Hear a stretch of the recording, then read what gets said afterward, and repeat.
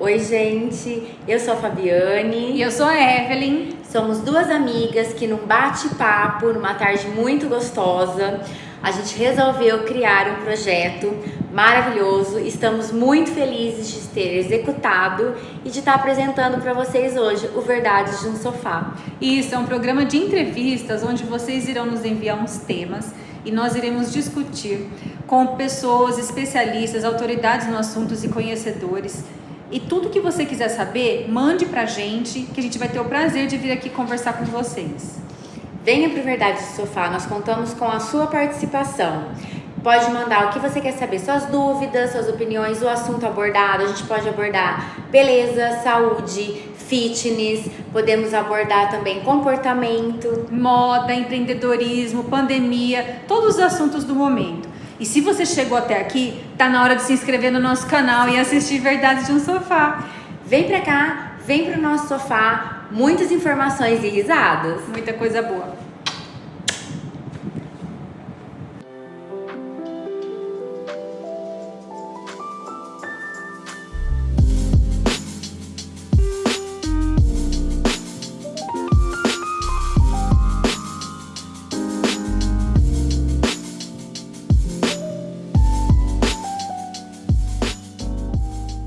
Nosso primeiro programa e estamos muito ansiosas e vamos falar de um tema muito importante, inclusive um pós-pandemia, um tema que vai ser de muito interesse. O professor Dr. Marcelo Maza, ele é um psicólogo, psicoterapeuta cognitivo comportamental, graduado em psicologia, economia e física, cursou mestrado e doutorado trabalhando como neurociências na USP de Ribeirão Preto, cursou pós-doutorado em saúde mental na Faculdade de Medicina da USP de Ribeirão Preto. Além disso, possui especialização em jornalismo científico pela Unicamp. Olá, Dr. Marcelo. Oi, tudo bem? Tudo bem. Bom, nosso tema hoje é agressão psicológica. É um tema delicado, por isso nós chamamos uma ilustre personalidade com todo esse gabarito aqui para falar com muita propriedade sobre esse tema, para podermos passar informações muito corretas sobre isso.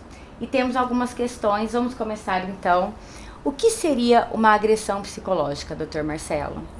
Bom, em primeiro lugar, eu quero agradecer muitíssimo o convite de vocês. Eu me sinto extremamente lisonjeado de estar aqui, de todas as palavras maravilhosas que você disse a meu respeito. Espero fazer jus a tudo isso. Então vamos lá. A agressão psicológica, ela é algo compatível ao que seria a agressão física. Certo? Quando você imagina a agressão física, você imagina um ato de violência que causa dano, que machuca a outra pessoa. A agressão psicológica vai causar o mesmo processo, só que não de uma maneira tão visível. Ela vai causar um dano ao estado psíquico, ao padrão emocional da pessoa, a forma como a pessoa pensa, a forma como a pessoa sente, a forma como a pessoa percebe a si mesma e ao mundo. Você só vai ver consequências disso no comportamento da pessoa e na forma como ela lida consigo mesma e com o mundo. Dr. Marcelo, como que eu identificaria, por exemplo, em palavras mais assim comuns, acontecendo isso num relacionamento entre duas pessoas? Aqui a gente vai deixar claro, né, Evelyn, que entre duas pessoas, por quê? Porque a gente já tá falando de um relacionamento parental, um relacionamento homem-mulher, duas pessoas, dois seres humanos. E sempre tem uma figura de um mais frágil, um mais forte, e como que fica essas figuras dentro desse relacionamento? Como que eu identifico isso? Olha, a violência, ela vai acontecer de várias formas, tá? Ela pode acontecer pela humilhação, ela pode acontecer de maneira verbal, ela pode acontecer por isolamento da outra pessoa, ela pode acontecer por opressão econômica, ela pode acontecer porque eu sinalizo que a outra pessoa tem baixo valor ou baixo significado, porque eu dou a ela um castigo desproporcional a algo que está acontecendo. Então, vai ter sempre a figura do indivíduo mais frágil dentro desse processo, certo? E o outro, que é aquele que vai induzir nessa pessoa o constrangimento. E estatisticamente, quando a gente olha isso dentro da população, o lado mais frágil socialmente, historicamente, tem sido a figura feminina dentro do relacionamento, a criança, certo? E mesmo quando você olha relacionamento homoafetivo, você vai ter um padrão que se repete, você vai ter um padrão em que um opressor ele tem um estilo mais masculino e um outro que vai ter um estilo mais feminino no processo. Então o padrão feminino ele acaba sendo sempre mais oprimido. A criança, a mulher, ela tem uma abertura para tentar compreender, certo? Para tentar acatar, para tentar ser empática, para tentar ver o lado do outro. E como consequência, ela acaba assimilando a culpa e a vergonha que o outro está tentando imputar dentro desse processo, dessa opressão psicológica que está sendo feita. Porque quando você olha fisicamente, você pode notar, esse é grande e aquele é pequeno. Então o grande oprime o pequeno. Na relação psicológica, nem sempre isso significa que é dessa maneira, certo? O opressor ele tem psicologicamente outros artifícios que ele vai usar, principalmente a linguagem, que é o comportamento verbal, e o comportamento físico, certo? De ações. O principal significado que me diz que eu estou sendo vítima de uma violência psicológica é a sensação de culpa e vergonha na interação.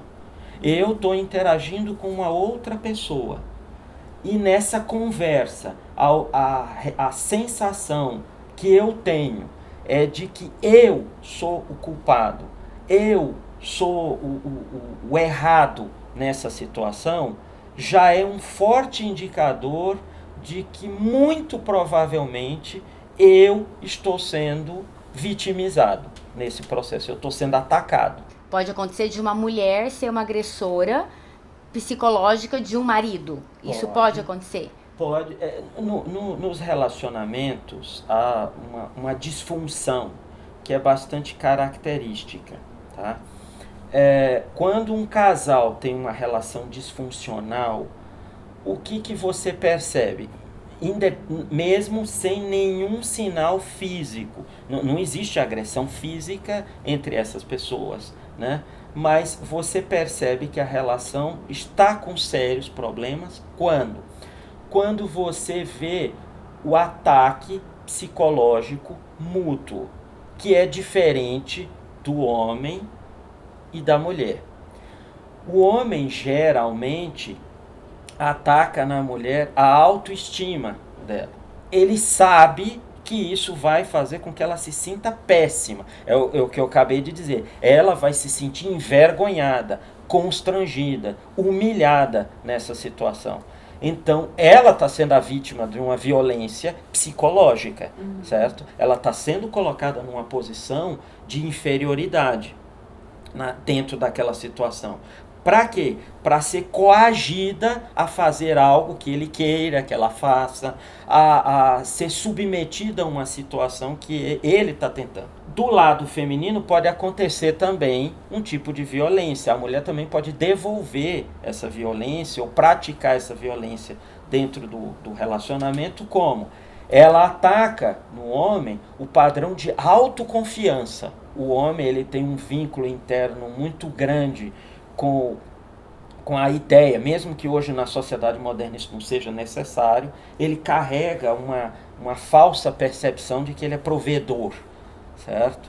Então isso tudo para ele desencadeia a sensação de humilhação, vergonha, culpa. Então ele está sentindo isso, ele é a vítima.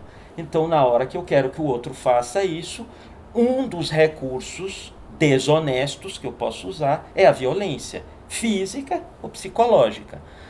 A psicológica, ela é colocada de uma maneira diferente porque socialmente ela passa desapercebida. Esse já é um sinal de que esse relacionamento está disfuncional, que eu estou dormindo com o inimigo. Certo? Que há um atrito ali que precisa ser resolvido, que um outro caminho precisa ser buscado, porque essas pessoas estão, na verdade, se atritando quando elas deveriam buscar outras formas de resolver os conflitos que elas estão sentindo. Doutor, uma curiosidade que eu tenho é quando essa agressão, esse comportamento, né, disfuncional, ele se estende para um terceiro, vamos supor. Eu recebo isso de alguém e eu exerço com outra pessoa. Isso daí, por exemplo, pode ser no seu ambiente de trabalho, que às vezes a gente fala, nossa, aqui a pessoa é assim, em casa é bem diferente, ou o inverso. Ou dentro da própria casa, com os filhos, com os pais. Como que funciona quando já evolui para, né, eu vejo como uma progressão aí desse comportamento que é ruim, que não é saudável. Como que a gente consegue, de repente, saber que tem uma cadeia envolvida nisso, né? Que não é apenas com a terapia, procurando o profissional, a gente de fora pode ajudar. O que você me fala um pouquinho desse lado aí? Olha, a reação em cadeia existe. A violência, ela é ensinada, certo? Num processo sutil, tá? Então, se os pais convivem com uma criança, mesmo eles vão praticar atos com essa criança que são atos de ameaça, que são atos de constrangimento, certo? Do tipo, eu cheguei e mostrei, nossa, pai, eu tirei um 9, certo? Você não fez mais que sua obrigação, é para isso que eu pago sua escola, certo? Então, quando eu faço isso, o que eu fiz com ele? Eu machuquei essa pessoa. Eu não tinha necessidade. É como se eu tivesse dado um chute. Ele chegou para me dar um abraço e eu dei um chute. Esse padrão é assimilado. Eu, como criança, por mais que eu tenha detestado ter sido tratado dessa forma, ou pela minha mãe, certo? Pelos meus pais, pelos adultos com quem eu convivi, eu cresço e eu tendo a reproduzir esse comportamento. Então eu já tenho a primeira cadeia. A cadeia é passada de uma geração para outra. Eu tenho isso dentro do contexto de ambiente, certo? As pessoas tendem a passar a violência que recebem, certo? E que elas não conseguem, por exemplo, dar conta diretamente. Então eu posso ser oprimido no meu ambiente de trabalho pelo meu chefe. O meu chefe me humilha de alguma maneira, ele me constrange, ele me oprime, certo? Ele pratica essa violência psicológica comigo. No diálogo entre pessoas, eu posso fazer críticas. Sim. Isso não é errado. Sim. Só que existe uma diferença. É muito diferente eu criticar o trabalho que você fez e eu criticar você. Eu posso dizer que este relatório está horrível, mas é muito diferente de eu dizer que você é péssima para escrever. Se eu critico você, eu estou atacando a sua pessoa, certo? E isso é violência. São coisas muito distintas. E o que a gente observa no ambiente de trabalho? As pessoas não criticam ou não rotulam o trabalho. Elas rotulam o trabalhador, elas rotulam o parceiro de trabalho, certo? Esse indivíduo submetido a essa situação, e ele não pode reagir, ele leva essa frustração para casa. Quando ele chega em casa, tem uma interação, por exemplo, com a esposa ou com o filho. O que ele faz? Ele transfere esse estado que ele está sentindo, essa vergonha, essa humilhação, ele precisa compensar isso com um senso de superioridade. Eu preciso me sentir superior novamente. Então eu vou lá e desconto isso em outra pessoa. Há muitas formas. A violência psicológica ela é complexa. Como eu disse, pode ser o castigo inapropriado, a punição desproporcional, pode ser o isolamento. Não falo com você, não me dirijo, eu isolo você. Você fala comigo, eu não te respondo. É uma forma de eu agredir você. Mas uma das mais críticas de todas é o adjetivo negativo, porque ele é um ataque direto ao outro, ao padrão do outro de valor próprio. Eu estou dizendo que você não vale, certo? Que você não presta, que você não tem importância, que você não tem... O que é pior nesse processo é que a outra pessoa atacada, ela acaba dando um certo crédito a esse ataque. Como eu pratiquei um acidente, foi um acidente, mas eu já estou constrangido pelo acidente, então eu valido isso. Realmente eu sou um idiota. Nossa, eu sou um idiota. Então aquilo se incorpora e gera um enorme dano ao meu senso de valor próprio, que vai afetar a minha autoestima e vai desencadear uma série de reações na minha vida. A principal forma de lidar com isso é buscar ajuda. Certo? Então, o ideal é que eu procure ajuda profissional, dependendo do estado em que eu estou. Porque a violência psicológica, ela pode me adoecer gravemente. Num primeiro momento, ela vai me adoecer psicologicamente. Em que sentido? Eu vou ficar uma pessoa com restrições, eu não me comunico bem com os outros, eu posso não sair de casa, eu me torno inibido para desempenhar certas tarefas, porque eu acho que eu sou incompetente, que eu não sou capaz, que eu não vou conseguir desenvolver certas coisas. Eu duvido de mim. Isso vai depois poder ter repercussões físicas. Eu vou viver com isso de tal maneira que ou eu vou agravar algo fisiológico que eu já tenho, ou eu vou induzir algo fisiológico. Eu vou ter problemas gástricos, eu vou ter gastrite, eu posso desenvolver uma úlcera, eu posso ter problemas intestinais, problemas hepáticos, eu posso ter problemas de hormônios, eu posso desenvolver diabetes, eu posso ter dores musculares, eu posso desenvolver uma série de problemas que agora são manifestações físicas dessa opressão que eu carrego. O oprimido está num papel tão ciente de que ele é o culpado que ele não busca ajuda. Ele acaba indo buscar quando ele está doente, fisicamente doente. Aí o médico vai dizer para ele, olha, o seu caso tem um componente psicológico. Então esse é o indivíduo que vai ter que buscar um acompanhamento psicoterápico, psiquiátrico, para suprir isso. Por outro lado, ele também pode desenvolver transtornos psiquiátricos, pânico, transtorno de ansiedade generalizada. Então, uma pessoa que não consegue sair de casa, não consegue interagir com outras pessoas, tem crises absurdas de taquicardia, de mal-estar, acha que vai morrer, certo?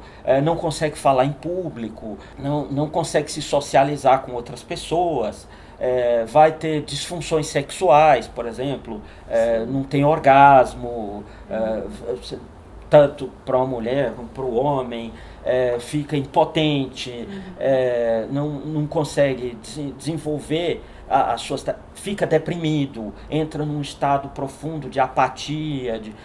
Isso tudo, dentro do contexto que a gente tem hoje, é muito desencadeado por esses sucessivos processos de violência, que vão acontecendo em diferentes fases da vida e em diferentes ambientes.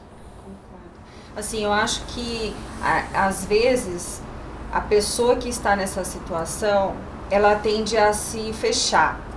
Isso. E ela é muito fácil de você perder aquela linha da consciência de que você ainda fala, não, eu estou precisando de ajuda, eu mereço receber essa ajuda e eu vou me curar, ou eu vou procurar o que eu preciso para ficar melhor.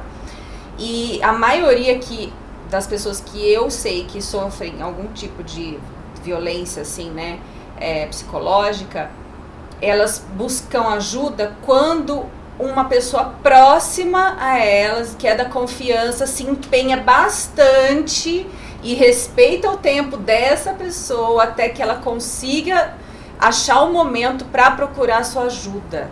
Então, acho que é uma coisa legal a gente passar para as pessoas que você tem que estar atento ao seu círculo, às pessoas que estão próximas, as pessoas que você convive, as pessoas do seu trabalho. Porque, por exemplo, a gente, né, não diz que o corpo fala. De repente você está acostumado a trabalhar com uma pessoa que sempre teve um tipo de comportamento. E aí, do nada, ela começa a chegar triste, cabisbaixa, ou já está mais irritada. Então, às vezes, só chegar para ela e falar assim, tá tudo bem, não é o suficiente. Às vezes, de repente, você fala assim, nossa, eu tô precisando de uma companhia para tomar um café, vamos comigo?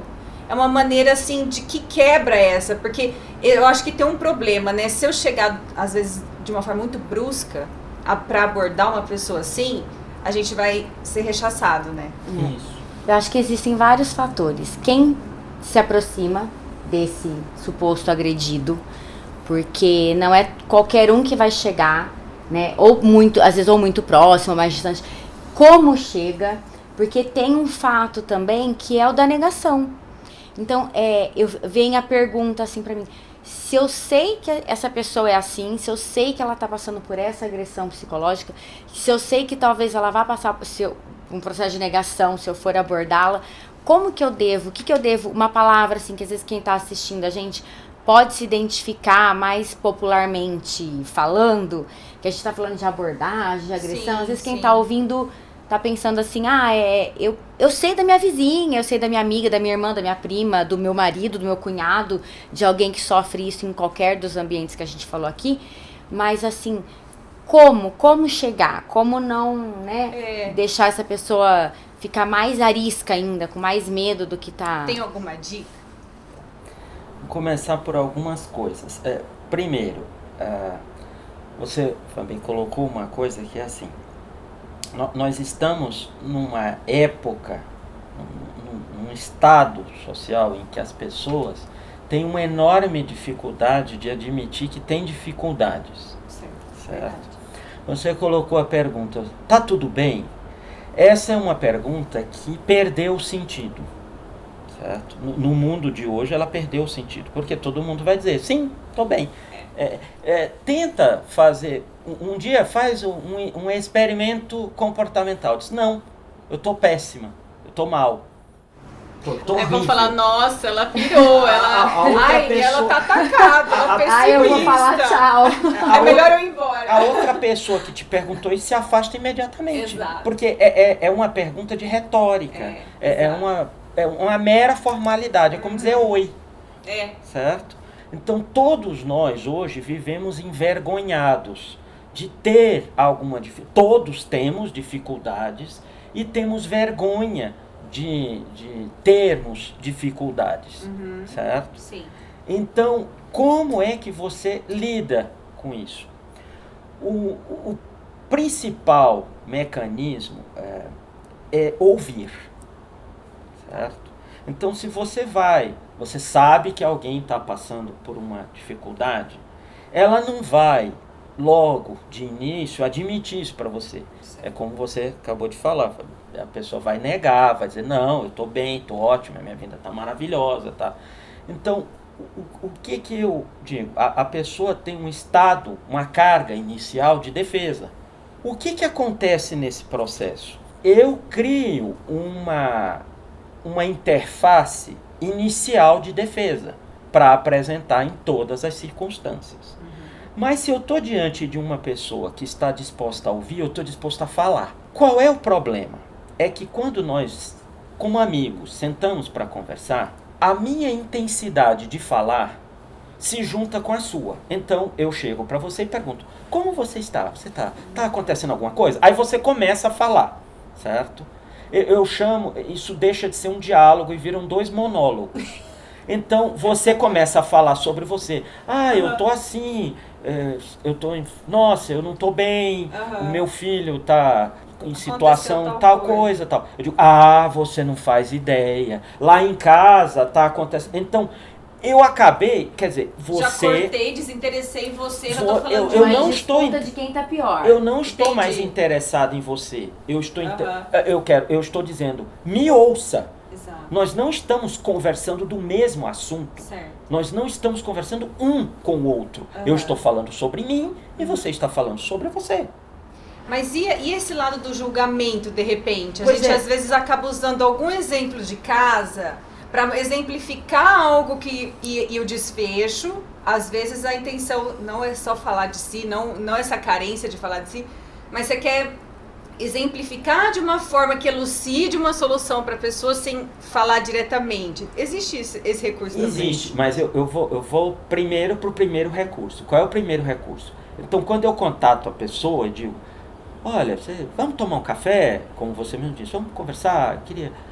E aí a pessoa chega e diz, olha, notei, tá tudo bem com você, eu me mostro realmente interessado. O que a pessoa vai me oferecer? Eu sei que ela vai me oferecer a carga inicial que não é real.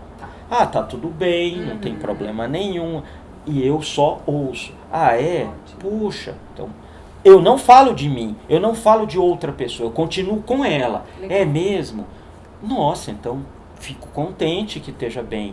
Mas olha, se você precisar, eu vou te ouvir. Eu estou com você. Eu continuo interessado Legal. em você. Eu estou interessado em você. Deixa Quando eu dar você vai fazendo isso, a Quebrando pessoa as vai máscaras. saindo da casca inicial de tá tudo bem. Aí ela começa a falar do que não está bem. Certo. Ah, não, realmente tá. E de novo, o que você tem que fazer? Ouvir. Porque é a hora que, de novo, a gente quebra. Ah, eu também estou sofrendo. Nossa, essa pandemia acabou. Não! Ela vai começar, mas esse sofrimento ainda não é o cerne do que está acontecendo. É ainda a superfície do que ela está testando para ver. Será que eu posso falar? É instintivo, ela não está fazendo isso de propósito. Certo. É uma defesa psíquica. E isso é uma coisa, por exemplo, que você aprende no CVV. Quando você vai para o treinamento no CVV, o que você faz no CVV? A pessoa que está treinada no CVV, ela é um ouvinte. Ela ouve você, ouve e só ouve. Ela está lá, mas ela se interessa por você. Só que na hora que a pessoa se abre para você e coloca o problema, certo? Se você der uma solução, você desencadeia uma reação aversiva. Eu vou reagir contra. Então, Entendi. diante de um passo que ela dá à frente, ou dois, se eu me manifestar com uma opinião, ela pode dar um passo atrás. Isso. Então, o que eu falo? Eu disse, nossa, como é que eu vou ver? Eu disse, puxa, que coisa difícil. Meu Deus, não imaginei que você estivesse passando por isso. Puxa, não faço nem ideia de como você está sofrendo. Deve ser horrível estar passando pelo que você está passando. Porque eu não digo qual é a solução. Você já pensou em procurar ajuda de um profissional? Eu não digo o que ela tem que fazer. Certo. Eu dou uma sugestão para ela pensar a respeito. Para ela achar sozinha que isso seja algo que ela concluiu, que ela buscou. Porque quando eu faço isso, eu coloquei a semente da... Você já pensou em procurar ajuda de um terapeuta, de um profissional, de um médico? Porque eu cerco a pessoa com o que eu acho que é certo, com o que eu acho que deve ser feito. E ela se sente envergonhada, culpada, constrangida, humilhada. Porque eu disse como é a verdade. Qual é a verdade? Como deve ser feito? Como você deve cuidar do seu cabelo? Como você... Então, quando eu digo algo, eu desconsidero que a pessoa tem alguma coisa dela ali envolvida naquilo. Então, essa dinâmica tá na gente. A educação social que a gente recebe é uma educação agressiva. Como é que essa violência se instala na vida da gente? Ela se instala sutilmente dentro desse processo de convivência com a criança, certo? Como? Eu ameaço a criança. Então, eu estou aqui com uma criança e ela está... Meu filho ou minha filha, ela está se intrometendo aqui no meio, ela está subindo aqui nessa cadeira. Ou ela está fazendo uma coisa que me preocupa. O que eu digo?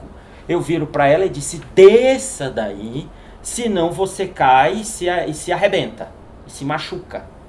Ora, isso é uma ameaça. Ela está subindo justamente porque ela não tem medo de nada. Ela, como criança, ela é extremamente autoconfiante. Ela se sente o máximo. Ela pode qualquer coisa. Como eu mas então eu devo deixar ela subir e cair? Não. Quem está com medo sou eu. Eu tenho que dizer, desça daí que eu tenho medo que você se machuque. Porque o problema está em mim, não é nela. Entendi. Não é que, não é, olha, se você for ali, o bicho te pega. O que eu estou destruindo nessa criança? A autoconfiança. Aqui, isso parece uma bobagem infantil, mas vai ter repercussões quando ela for um empresário que precisar tomar certas iniciativas. O bicho me pega, certo? Então, essa pessoa está comprometida desde cedo. Isso é violência. Eu preciso assumir a minha responsabilidade. Quem está com medo sou eu, certo? Mas aí eu ponho a culpa em você. Você causa isso em mim. Você me deixou bravo. Você fez isso comigo. Então por isso eu te agrido. Por isso eu te ataco. A culpa é sua. Então é esse o processo de uma violência que se perpetua na convivência que a gente tem. E a gente precisa começar a assumir. Eu tenho uma coisa no meu consultório que é muito peculiar, certo? Os meus pacientes sempre acham isso interessante. É o hábito do, o senhor está bem?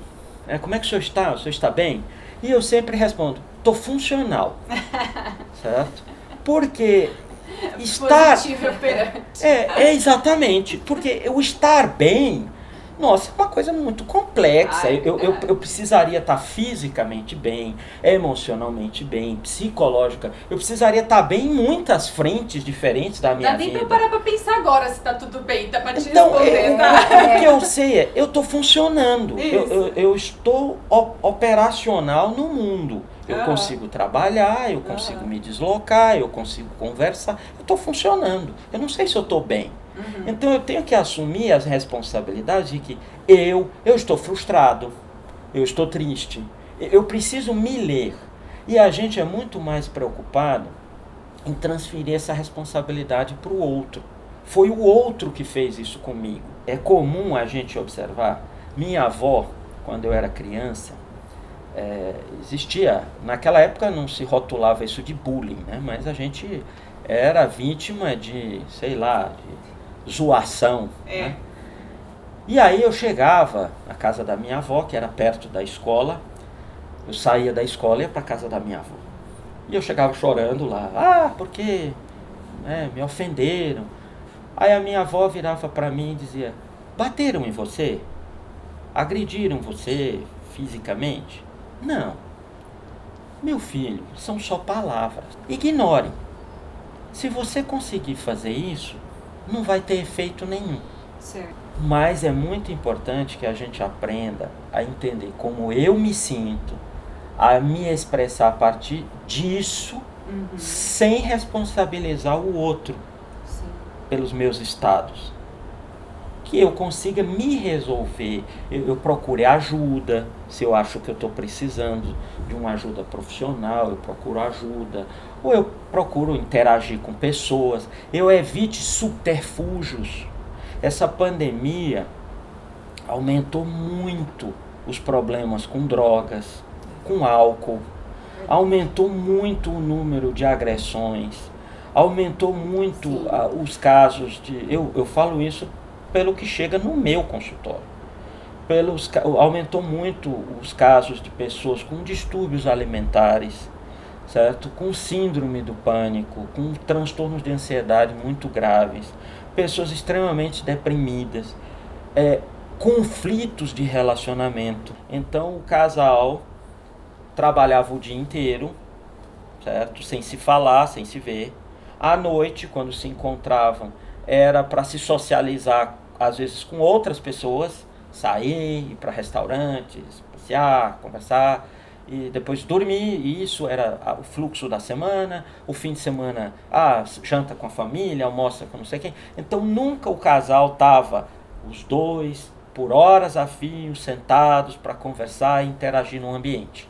Quando eles foram colocados nessa situação, sem as válvulas que eles usavam para disfarçar esses estressores, eles passaram a descontar um no outro. Então, na verdade, eles não tinham um fluxo dentro do relacionamento que era saudável. Eles tinham a necessidade de se vingar, de descontar, de descarregar em alguém. Não, eu não tenho que descarregar nada em ninguém. Eu tenho conflitos, eu tenho dilemas, eu preciso aprender a gerenciar o que eu carrego. Quem que o Dr. Marcelo falaria assim, olha, eu indicaria uma pessoa assim, mas uma pessoa assim eu não indicaria mesmo, para tá se abrindo e expondo uma agressão psicológica? Olha, é muito complexo isso, mas assim, se não for para a pessoa recorrer a uma ajuda, porque tem graus diferentes em que a pessoa está lidando com isso. Mas assim, o que eu posso recomendar de conjunto que nos ajuda a ter uma estrutura mais saudável? Eu preciso ter uma reflexão, uma autorreflexão.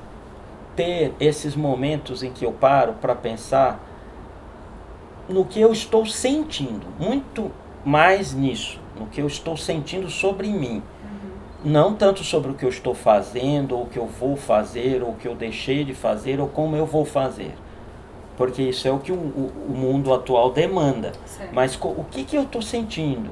Eu estou triste, eu estou cansado, eu estou sem paciência, eu estou zangado, eu estou decepcionado, eu estou alegre. Para estabelecer essa conexão entre a minha cognição, o meu pensamento e o meu sentimento. O segundo, eu preciso ter algo na minha vida, uma atividade, certo? Quando eu digo uma atividade, ela pode ser uma atividade física, um esporte, uma válvula de escape, uma coisa, como pode ser jogar xadrez, montar um quebra-cabeça, que me ajude a me sentir bem comigo, mas eu tenho uma atividade que me relaxe, que não uma coisa competitiva, certo. Não é uma nova tarefa com objetivos, hoje eu corri 3 quilômetros, amanhã eu preciso correr em menos tempo. Não, é algo simplesmente para eu fazer de uma maneira, né?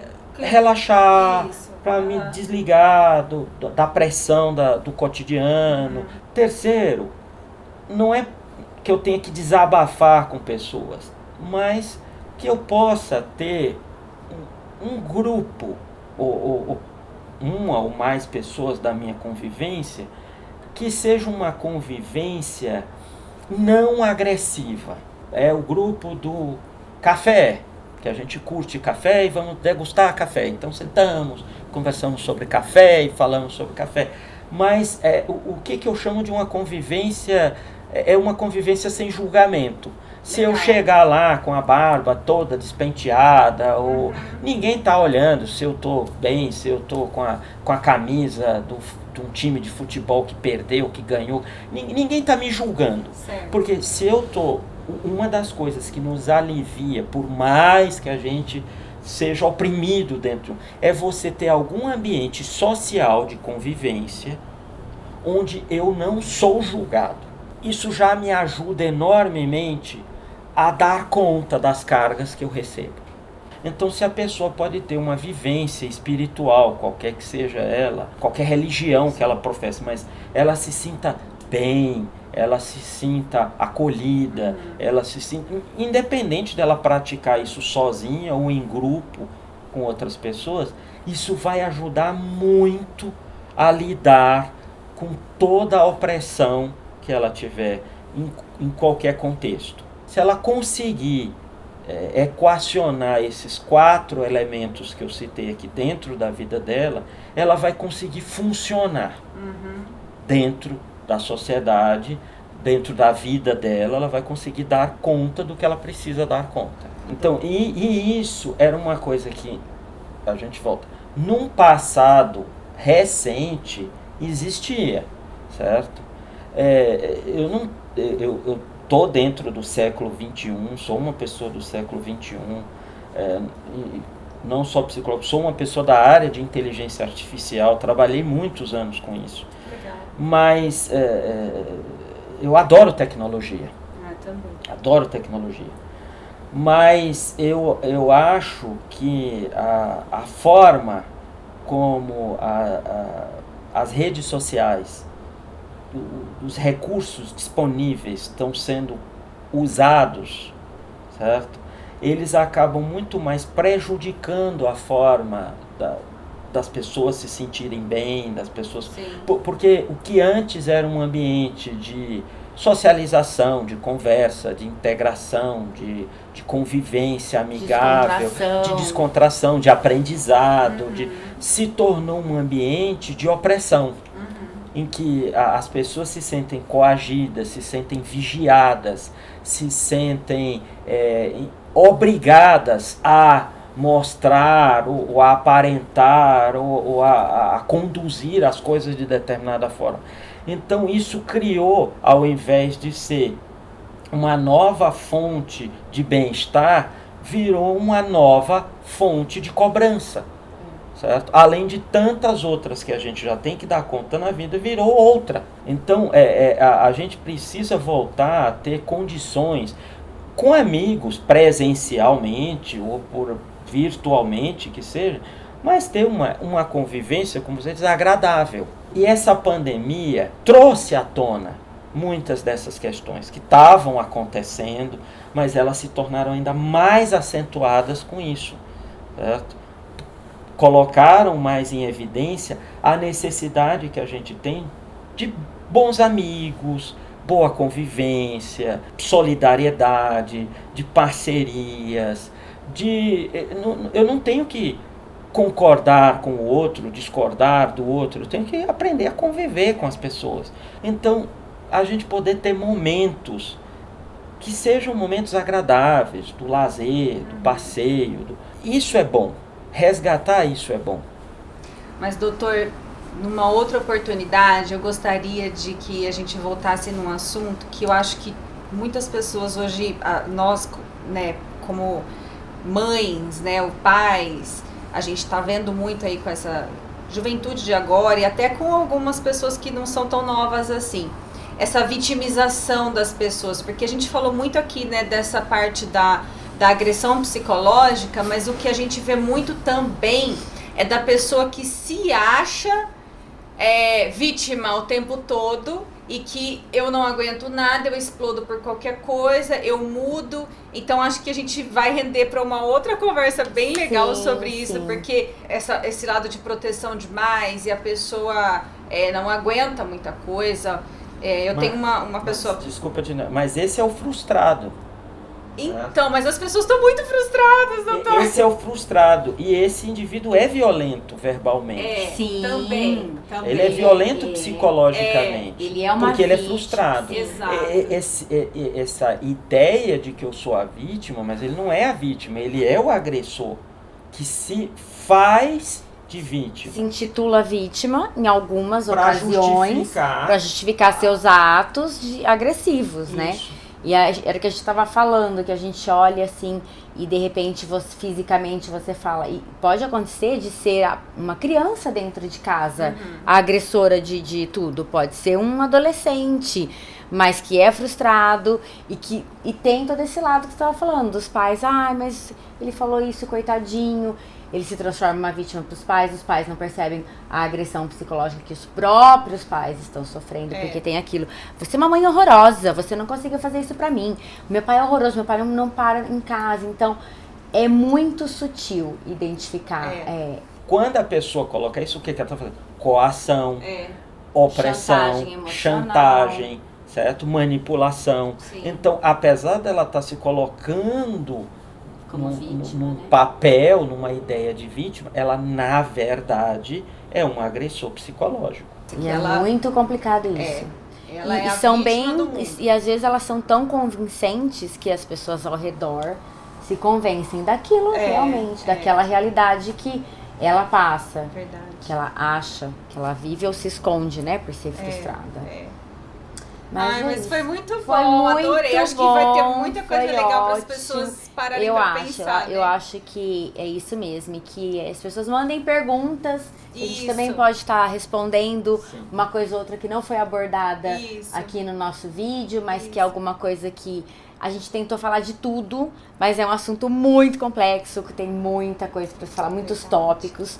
E também tem outras necessidades que de repente alguém quer saber, uma curiosidade, adentrar um pouquinho mais no assunto. A gente tem o Dr. Marcelo para Isso. mandar um e-mail para ele e responder com base nas respostas do Dr. Marcelo, Isso, claro. verdade. Eu agradeço imensamente a oportunidade que vocês me Nós deram. que ficamos honradas. Poder contribuir, de poder ajudar as pessoas a entenderem melhor certos aspectos da vida, do que está acontecendo com elas, e com isso ajudá-las a caminhar melhor.